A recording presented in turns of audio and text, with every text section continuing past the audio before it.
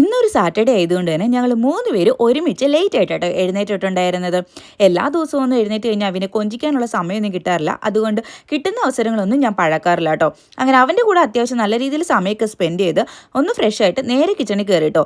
ഇന്നത്തെ ബ്രേക്ക്ഫാസ്റ്റിൻ്റെ പരിപാടി അജയ് ചേട്ടനാണ്. സാധനങ്ങളൊക്കെ എടുത്ത് കൊടുത്താൽ മാത്രം മതി. അങ്ങനെ താണ്ടെ ബ്രേക്ക്ഫാസ്റ്റ് ഒക്കെ കഴിച്ച് ഞാനും അവയും കൂടെ റെഡി ആയിട്ടോ. ഞങ്ങൾ ഇന്ന് പോകുന്നത് അവിടെ ഫ്രണ്ട് സിൻഡിയുടെ ബർത്ത്ഡേക്കാണ്.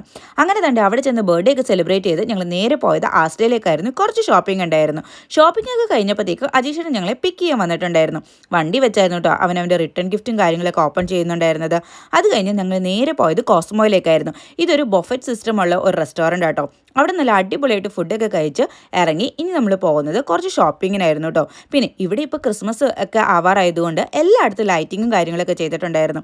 കണ്ണെടുത്തെല്ലാം നിന്ന് അവയ്ക്ക് ഫോട്ടോ എടുക്കണമായിരുന്നു. അങ്ങനെ ഫോട്ടോ ഒക്കെ എടുത്താണ് നമ്മൾ ഷോപ്പിംഗ് ചെയ്തിട്ടുണ്ടായിരുന്നത്. അങ്ങനെ ഷോപ്പിംഗ് കഴിഞ്ഞ് വീട്ടിലെത്തിയപ്പോഴത്തേക്ക് നന്നായിട്ട് ടയേർഡായിട്ടുണ്ടായിരുന്നു. കുറച്ച് നേരം ഒന്ന് റെസ്റ്റ് എടുത്തു.